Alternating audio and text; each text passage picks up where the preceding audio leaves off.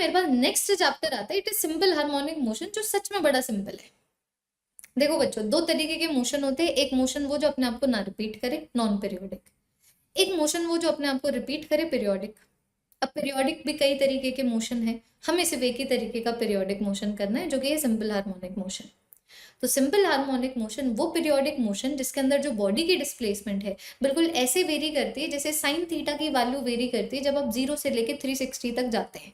मतलब 0 से positive maximum, positive maximum से 0, 0 से नेगेटिव मैक्सिमम, नेगेटिव मैक्सिमम से 0, है ना। तो मानो मैं तुम्हें बोलूँ कि भाई बॉडी जो है फॉर एग्जाम्पल मीन पोजिशन से ऑसिलेट करना शुरू करती है, सिंपल हार्मोनिक मोशन हो रहा है, सिंपल हार्मोनिक मोशन हो रहा है, मतलब जो डिस्प्लेसमेंट है साइन का फंक्शन है।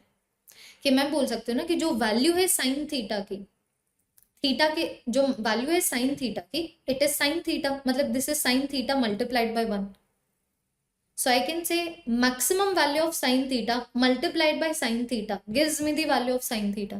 उसी तरीके से जो डिस्प्लेसमेंट बच्चों टी टाइम के ऊपर है, it is the maximum displacement जो वो दिखा सकता है, मल्टीप्लाइड बाय साइन थीटा की वैल्यू टी टाइम के ऊपर। तो टी टाइम के ऊपर थीटा की वैल्यू कितनी होती है, ओमेगा मल्टीप्लाइड बाय टी। तो ये आगे मेरे पास डिस्प्लेसमेंट की इक्वेशन जो साइन का फंक्शन है। एक बार डिफरेंशिएशन कर दूं तो वेलोसिटी कॉस का फंक्शन आ गया, एक और बार डिफरेंशिएशन कर दूं तो एक्सेलरेशन नेगेटिव साइन का फंक्शन आ गया। इसलिए देखो अगर मेरे पास डिस्प्लेसमेंट का ग्राफ ये है तो वेलोसिटी का नेगेटिव, तो ये तो है साइन का ग्राफ। अब वेलोसिटी साइन का फंक्शन नहीं है, कॉस का फंक्शन है, तो अगर मैं यहाँ पर वेलोसिटी को टाइम के साथ प्लॉट करूं तो एक कॉस का कर्व आएगा। वैसे ही जो एक्सेलरेशन है नेगेटिव साइन का फंक्शन है, तो अगर डिस्प्लेसमेंट ऐसे है साइन का फंक्शन, तो एक्सेलरेशन ऐसे होगा नेगेटिव साइन का फंक्शन, जिसके ऊपर बड़ा ही कंसेप्चुअल क्वेश्चन 2023 या फिर 2000 और 2020 में भी पूछा गया था। ठीक है, जैसे ये मैक्सिमम डिस्प्लेसमेंट है, ए ओमेगा मैक्सिमम वेलोसिटी है एक पार्टिकल की जो सिंपल हार्मोनिक मोशन शो कर रही है, ए ओमेगा स्क्वायर मैक्सिमम एक्सेलरेशन है। तो तुम देख पा रहे हो कि यार अगर डिस्प्लेसमेंट की पूरी एक साइकिल कंप्लीट होने में टी टाइम लग रहा है, तो वेलोसिटी की पूरी साइकिल कंप्लीट होने में डी टाइम लग रहा है, एक्सेलरेशन की पूरी साइकिल कंप्लीट होने में डी टाइम लग रहा है। तो जब बॉडी मीन पोजीशन पे है, मीन पोजीशन का मतलब बच्चों डिस्प्लेसमेंट की वैल्यू 0, तो तुम देखो जब डिस्प्लेसमेंट 0 है, वेलोसिटी पॉजिटिव में मैक्सिमम है, एक्सेलरेशन 0 है। जब डिस्प्लेसमेंट पॉजिटिव में मैक्सिमम है, वेलोसिटी 0 है, एक्सेलरेशन नेगेटिव में मैक्सिमम है। जब डिस्प्लेसमेंट दोबारा से 0 हो गया, अब की बार बॉडी दूसरी डायरेक्शन में जाने लगी, वेलोसिटी नेगेटिव में मैक्सिमम, डिस्प्लेसमेंट 0, एक्सेलरेशन 0। फिर बाद में डिस्प्लेसमेंट पॉजिटिव नेगेटिव की डायरेक्शन में मैक्सिमम हो गया, एक्सेलरेशन पॉजिटिव की डायरेक्शन में मैक्सिमम हो गया। डिस्प्लेसमेंट मैक्सिमम का मतलब बॉडी और मूव नहीं कर सकती, तो वेलोसिटी 0 आ गई। तो हम लोग यहाँ पर ये देख पा रहे हैं कि भाई देखो जैसे पेंडुलम में तुम देखो ना, जब पेंडुलम ऐसे तो maximum displacement in the X direction, maximum acceleration in the negative X direction, no velocity. अब पेंडुलम ऐसे आया, डिस्प्लेसमेंट 0, एक्सेलरेशन 0, पॉजिटिव की डायरेक्शन में नेगेटिव की डायरेक्शन में जाने को तैयार है। अब वो ऐसे चला गया, maximum negative displacement, maximum positive restoring force, velocity 0। अब ये दोबारा से वापस आ गया, पॉजिटिव की डायरेक्शन में जाने को रेडी है, positive maximum velocity, no displacement, no acceleration. तो हम लोग देख पा रहे हैं कि जो मेरे पास डिस्प्लेसमेंट और वेलोसिटी है वो 90 डिग्री के फेज एंगल के ऊपर होते हैं, वेलोसिटी और एक्सेलरेशन 90 डिग्री के फेज एंगल के ऊपर होगा। इसका मतलब जो डिस्प्लेसमेंट और एक्सेलरेशन है 180 डिग्री के फेज एंगल के ऊपर है। और है ना भाई, डिस्प्लेसमेंट अगर साइन का फंक्शन है, एक्सेलरेशन नेगेटिव साइन का फंक्शन है, डिस्प्लेसमेंट कॉस का फंक्शन होता तो एक्सेलरेशन नेगेटिव कॉस का फंक्शन होता। तो ऑब्वियस ही बात है, नेगेटिव मतलब ऑपोजिट, नेगेटिव का मतलब 180 डिग्री। तो मैं देख पा रही हूँ कैसे डिस्प्लेसमेंट और एक्सेलरेशन के बीच में 180 डिग्री का फेज एंगल हम लोगों को देखने को मिलता है। तो अभी यहाँ पर फिर कंसेप्ट ये है कि अगर मानो body simple harmonic motion show कर रही है, मतलब बॉडी का डिस्प्लेसमेंट ऐसे वेरी कर रहा है एक पॉइंट के अबाउट, जैसे साइन थीटा की वैल्यू वेरी करती है 0 के अबाउट, 0 से पॉजिटिव मैक्सिमम, फिर 0, फिर नेगेटिव मैक्सिमम, फिर 0। ऐसी बॉडी की डिस्प्लेसमेंट भी अगर वेरी करे 0 से एक डायरेक्शन में मैक्सिमम, फिर 0 से दूसरी डायरेक्शन में मैक्सिमम, फिर 0, वही मेरा सिंपल हार्मोनिक मोशन है। तो इस सिंपल हार्मोनिक मोशन में कोई तो रिस्टोरिंग फोर्स आ रहा होगा ना बच्चों। तुम देखो ना, अगर मानो बॉडी अपने मीन पोजीशन से खिसक गई है, वापस भी तो आती है, इसका मतलब सिंपल हार्मोनिक मोशन तभी हो सकता है जब कोई रिस्टोरिंग फोर्स है, जब कोई रिस्टोरिंग एक्सेलरेशन है। इसका मतलब जो भी फोर्स और एक्सेलरेशन हमें एसएचएम में देखने को मिलता है, they are restoring in nature. It means if the displacement is in this direction, then the restoring acceleration will be in this direction. If the displacement is in this direction, then the restoring acceleration is going to be in this direction. है कि नहीं? तो मानो मैं तुम्हें बोलूंगी भाई मेरे पास ना एक स्प्रिंग है, ठीक है, उस स्प्रिंग कांस्टेंट की वैल्यू है k, जिससे m मास कनेक्टेड है, तो जिस एंगुलर वेलोसिटी से वो ऑसिलेट करेगा, आई एम होपिंग तुम सबको पता है, वो एंगुलर वेलोसिटी ये वाली इक्वेशन से दी जाती है, which is under root of k/m। Angular velocity आ गई तो टाइम पीरियड भी आ जाएगा, time period is equal to 2 under root of m/k। Inverse of time period frequency भी दे देगा, तो तुम्हारे पास फ्रीक्वेंसी भी आ जाएगी। अब मैं तुम्हें बोल रही हूँ, अब यहाँ पर जो नेक्स्ट इंपॉर्टेंट चीज आती है वो है बच्चों, जैसे कि अभी तो हम टी टाइम के ऊपर बात करते हैं, displacement at T time sine का फंक्शन अगर है, तो velocity at T time cos का फंक्शन है, acceleration at T time negative sine का फंक्शन है, मतलब force which is mass into acceleration वो नेगेटिव साइन का फंक्शन है। This is one aspect where we are talking about these physical quantities in the terms of time. अब मैं तुम्हें बोल रही हूँ कि नेक्स्ट इंपॉर्टेंट चीज आ जाती है एक्स के डिस्प्लेसमेंट के ऊपर वेलोसिटी निकालना, एक्स के डिस्प्लेसमेंट के ऊपर एक्सेलरेशन निकालना, एक्स के डिस्प्लेसमेंट के ऊपर फोर्स निकालना, एक्स के डिस्प्लेसमेंट के ऊपर काइनेटिक एनर्जी निकालना, एक्स के डिस्प्लेसमेंट के ऊपर पोटेंशियल एनर्जी निकालना। तो वेलोसिटी की इक्वेशन क्या है, देखो अभी ये तो इक्वेशन बेस्ड है, तो वेलोसिटी की इक्वेशन हमारे पास क्या आ जाती है, omega under root of amplitude का स्क्वायर माइनस डिस्प्लेसमेंट का स्क्वायर। एक्सेलरेशन जो एक्स डिस्प्लेसमेंट के ऊपर है वो आ गया ओमेगा स्क्वायर एक्स। नेगेटिव का मतलब सिर्फ यही है कि अगर डिस्प्लेसमेंट पॉजिटिव की डायरेक्शन में है तो रिस्टोरिंग एक्सेलरेशन नेगेटिव एक्स की डायरेक्शन में होगा, अगर डिस्प्लेसमेंट नेगेटिव एक्स की डायरेक्शन में है तो रिस्टोरिंग एक्सेलरेशन पॉजिटिव एक्स की डायरेक्शन में होगा। नेगेटिव का यही सिग्निफिकेंस है। मैग्नीट्यूड की टर्म्स में बात करूं तो अगर डिस्प्लेसमेंट एक्स है, velocity omega multiplied by under root of amplitude का स्क्वायर माइनस एक्स का स्क्वायर है, एक्सेलरेशन ओमेगा स्क्वायर एक्स है, मास मल्टीप्लाई कर दूंगी तो रिस्टोरिंग फोर्स आ जाएगा, पोटेंशियल एनर्जी हाफ के एक्स स्क्वायर है, maximum potential energy which is the mechanical energy half के ए स्क्वायर है। तो अगर मेरे पास टोटल एनर्जी है एक्स के डिस्प्लेसमेंट पे, अगर मेरे पास पोटेंशियल एनर्जी है एक्स के डिस्प्लेसमेंट पे, तो दोनों को माइनस कर दूं तो काइनेटिक एनर्जी आ जाती है मेरे पास एक्स के डिस्प्लेसमेंट के ऊपर, जैसे कि तुम लोग देख पा रहे होगे। तो यहाँ पर ना 2021 में बच्चों कुछ ऐसा क्वेश्चन आया था कि ध्यान देना, ठीक है। तो मैं बोल रही हूँ कि अगर मानो ऑसिलेशन हो रहा है मीन पोजीशन और एक्सट्रीम पोजीशन के बीच में, तो मीन पोजीशन पे mechanical energy purely kinetic, extreme पे प्योरली पोटेंशियल। तो अगर मानो मैं काइनेटिक एनर्जी की बात करूं तो वो ई से लेके जीरो से लेके ई से लेके जीरो से लेके ई तक जा रही है। पोटेंशियल एनर्जी की बात करूं तो जीरो से लेके ई से लेके जीरो से लेके ई से लेके जीरो तक जा रही है। तो मैं देख पा रही हूँ यार, जब तक सिंपल हार्मोनिक मोशन या सिंपल हार्मोनिक मोशन का डिस्प्लेसमेंट या उसकी वेलोसिटी या उसका एक्सिलरेशन पूरी की पूरी एक साइकिल कंप्लीट करता है ना, एनर्जी तो अपनी 2 साइकिल कंप्लीट कर चुकी है, चाहे मैं काइनेटिक एनर्जी की बात करूं या मैं पोटेंशियल एनर्जी की बात करूं। इसीलिए हम बोलते हैं कि जो काइनेटिक एनर्जी और पोटेंशियल एनर्जी का टाइम पीरियड है एसएचएम के टाइम पीरियड से आधा है।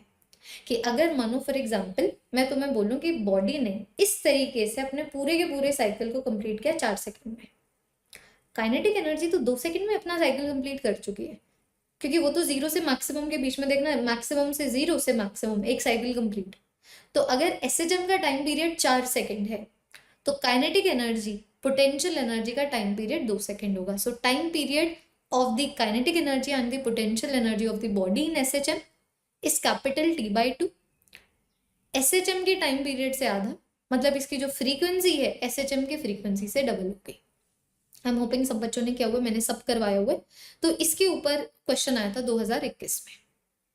बाकी अगर मानो मैं बात करूं मैकेनिकल एनर्जी का टाइम पीरियड कितना है, तो मैकेनिकल एनर्जी के टाइम पीरियड का मतलब ये है कि कितने टाइम के बाद मैकेनिकल एनर्जी अपनी एक साइकिल कंप्लीट करेगी। तो मैकेनिकल एनर्जी तो यहाँ पर चेंज ही नहीं हो रही है, चेंज होके अपनी एक साइकिल कंप्लीट करना तो दूर की बात है।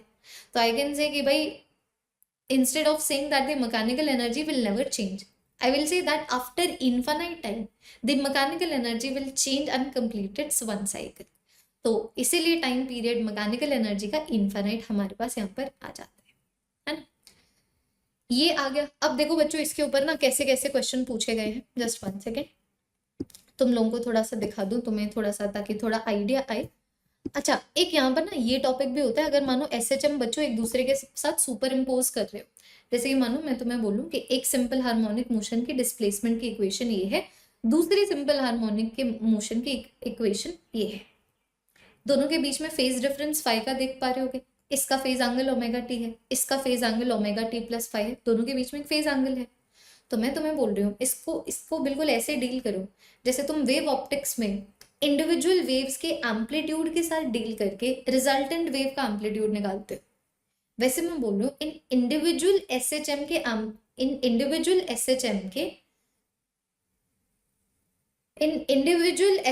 के एम्पलीट्यूड को के साथ डील करो ऐसे इन so sorry but I have been taking class too long. इन दोनों एसएचएम के इंडिविजुअल एम्पलीट्यूड को ट्रीट करो एज वेक्टर्स, दोनों के बीच में जो फेज डिफरेंस है उसको ट्रीट करो as the angle between these vectors, vectorically add कर दो तो जो रिजल्टेंट एसएचएम आएगा उसका एम्पलीट्यूड आ जाएगा, है ना। कि मानो अगर फॉर एग्जांपल ये एक एसएचएम है, ये दूसरा एसएचएम है, दोनों के बीच में फेज डिफरेंस फाई है, तो रिजल्टेंट एम्पलीट्यूड या फिर रिजल्टेंट डिस्प्लेसमेंट मैं दोनों को वेक्टोरिकली ऐड करके निकाल सकती हूँ। फॉर एग्जांपल यहाँ पर देखना, ऐसा क्वेश्चन 2015 में भी आया था, 2019 में भी आया था। मानो मैं तुम्हें बोलूं एक एसएचएम मोशन के डिस्प्लेसमेंट की इक्वेशन ये है, दूसरे एसएचएम मोशन की डिस्प्लेसमेंट की इक्वेशन ये है। अब मैं तुम्हें बोलूं दोनों सुपर इम्पोज कर रहे हैं, तो बताओ जो रिजल्टेंट एसएचएम है उसका एम्पलीट्यूड कितना आएगा। तो तुम्हें दोनों के एम्पलीट्यूड को वेक्टर की तरह ट्रीट करना है और देखना है इन दोनों के बीच में कितना फेज डिफरेंस है, उसको एंगल ले लो। तो ए और ए 90 डिग्री के ऊपर हो तो रिजल्टेंट √2 टाइम्स ऑफ ए आता है, that is the amplitude of the resultant SHM. काफी जेन्युइन क्वेश्चन, सेम चीज हम लोग वेव ऑप्टिक्स में भी करते हैं। Let me give you one more example. मानो मैं बोलूं कि भाई एक ऐसा एसएचएम मोशन हो रहा है जिसके एक की डिस्प्लेसमेंट की इक्वेशन ये है, दूसरे की डिस्प्लेसमेंट की इक्वेशन ये है, दोनों सुपर इम्पोज करके अब एक रिजल्टेंट एसएचएम बना रहे हैं। तो इस रिजल्टेंट एसएचएम का एम्पलीट्यूड क्या होगा, कैसे निकालोगे। दोनों एम्पलीट्यूड को वेक्टर्स की तरह अज्यूम करो, दोनों के बीच में जो फेज एंगल का डिफरेंस है उसको एंगल बिटवीन दी वेक्टर्स की तरह ट्रीट करो। मतलब मेरे पास दो वेक्टर्स आ गए, ए और ए के मैग्नीट्यूड के एंगल है जिनके बीच में 60 डिग्री, वेक्टोरिकली ऐड कर दो, रिजल्टेंट एसएचएम का एम्पलीट्यूड आ जाएगा। बिल्कुल जैसे बच्चों हम लोग वेव ऑप्टिक्स में करते हैं, है ना। फिर देखना 2017 में ये क्वेश्चन पूछा गया था कि भाई मानो अगर 2 सेंटीमीटर के डिस्प्लेसमेंट के ऊपर जो वेलोसिटी और एक्सेलरेशन सेम है तो टाइम पीरियड की कितनी वैल्यू है। This was the question. अगर एक एसएचएम मोशन है जिसका एम्पलीट्यूड इतना है और डिस्प्लेसमेंट इतना है, तो तुम्हें बोला हुआ है कि 2 सेंटीमीटर के डिस्प्लेसमेंट के ऊपर जो वेलोसिटी और जो एक्सेलरेशन है सेम है, तो वेलोसिटी की इक्वेशन लिख दी, एक्सेलरेशन की इक्वेशन लिख दी। तो यहां से जो मुझे गिवन है मैं तो ओमेगा निकाल पा रही हूँ। तुमसे टाइम पीरियड पूछा गया था तो omega is 2 pi by time period. या तुम्हें पूछा जाए 2015 में पूछा गया था कि अगर मानो एसएचएम मोशन में जो पार्टिकल है, अगर मानो उसके मैक्सिमम एक्सेलरेशन अल्फा है, मैक्सिमम वेलोसिटी बीटा है, तो अल्फा बाय बीटा, तो फिर बाद में ये बताओ टाइम पीरियड को अल्फा और बीटा के टर्म्स में कैसे लिखोगे। तो मैं इन तीनों को रिलेट नहीं कर सकती जब तक मैं डिफाइन नहीं कर पा रही हूँ। तो मैक्सिमम एक्सेलरेशन आ जाता है omega square x, maximum velocity आ जाता है ओमेगा एक्स। तो अगर मैं इन दोनों को डिवाइड कर दूं तो अल्फा बाय बीटा मुझे ओमेगा दे देता है which is 2 pi by time period.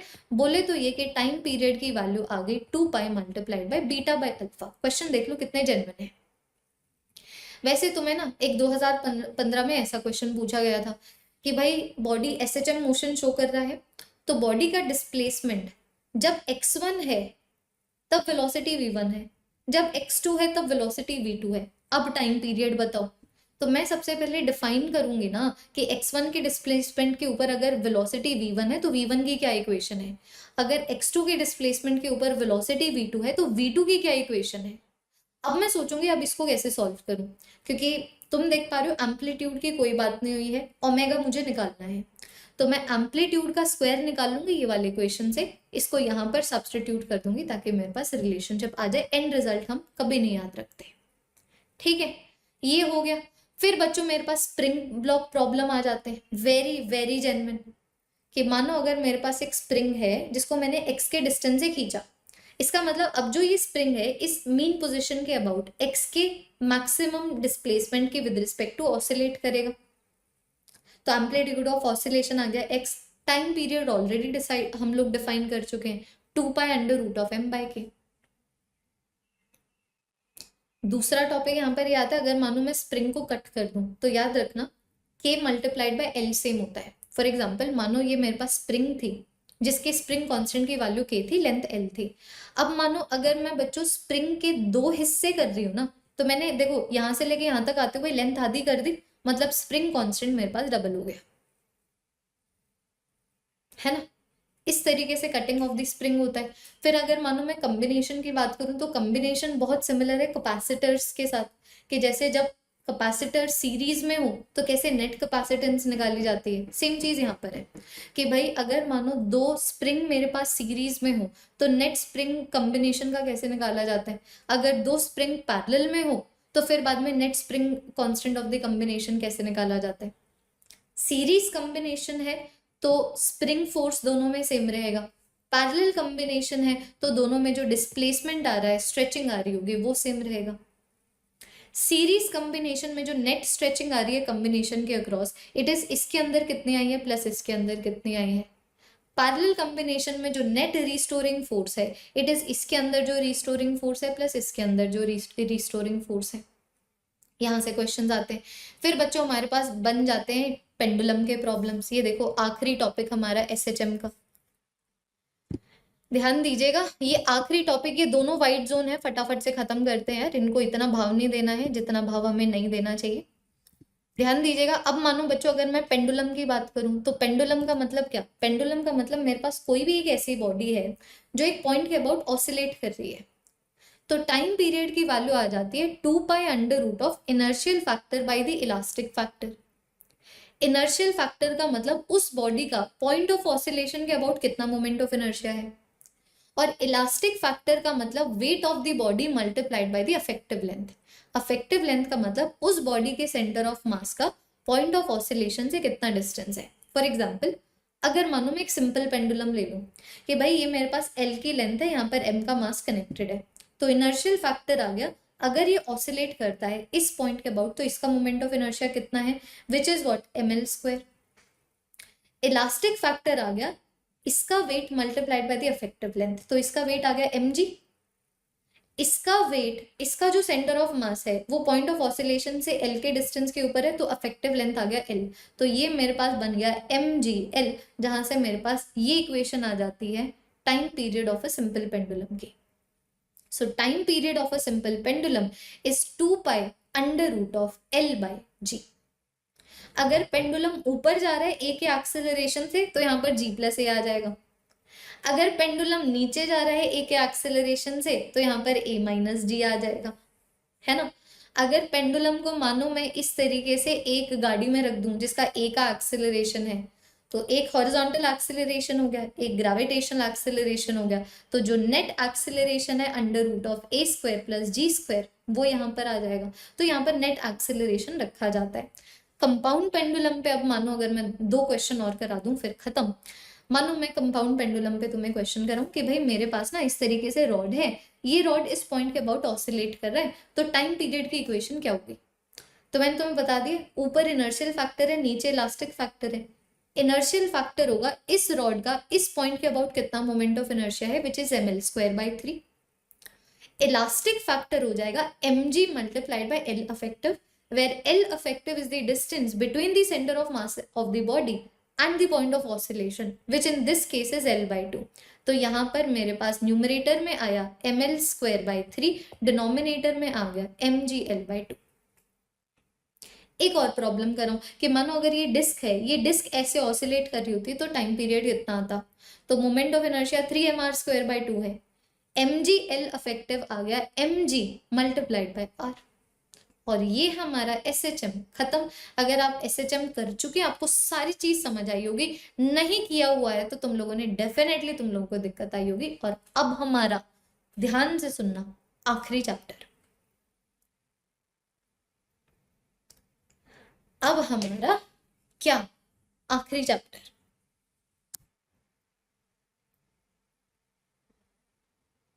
White zone का चैप्टर था, उतना ही भाव दिया जितना व्हाइट जोन के चैप्टर को देना भी चाहिए, लेकिन पूरा तुम लोग को बहुत अच्छे से मैंने रिवाइज करवा दिया है। एसएचएम चैप्टर है भी ऐसा ना, कंसेप्ट्स कम है, मैथमेटिकल एप्लीकेशन ज्यादा है, मैथ ज्यादा है। अब आखिरी चैप्टर करेंगे और फिर बाद में आप छू मंतर हो जाना।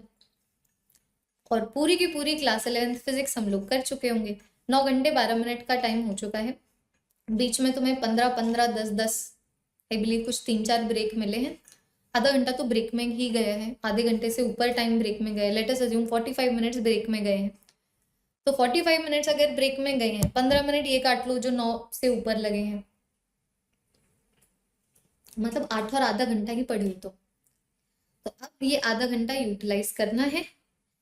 वेव्स चैप्टर को निपटाना है। एक ऐसा बच्चा भी तो हो सकता है जिसने अभी ज्वाइन किया हो, क्योंकि उसको सिर्फ वेव्स रिवाइज करना था।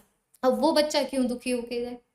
So without any further edu हमारे आखिरी चैप्टर को उसी एनर्जी के साथ और उसी सीरियसनेस के साथ शुरू करते हैं जैसे हम लोगों ने यूनिट्स और डिमेंशंस किया था। ऑल्दो जैसे हम लोगों ने एसएचएम भी किया, एसएचएम को हम लोगों ने यूनिट्स एंड डिमेंशंस की तरह नहीं किया, क्योंकि यूनिट्स और डिमेंशन जितना चैप्टर है नहीं, इंपॉर्टेंस के हिसाब से किया है, कंसेप्ट के हिसाब से किया है। जहां पर कंसेप्चुअल एक्सप्लेनेशन ज्यादा है वहां पर मेरा बोलने का काम ज्यादा होता है। जहां पर चीजें मैथमेटिकल है तो मैं यही बता सकती हूँ, ये है फॉर्मूला, ये है फॉर्मूला, राइट।